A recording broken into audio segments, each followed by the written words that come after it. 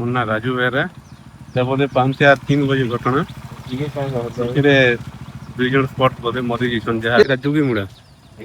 college छक घटना यहाँ 5 से 3 बजे सोमवार ना बहुत भीड़ था बोधे पिकअप भी डीजे बोले जना पड़ी 3 जन थे सीरीयस स्पट बोले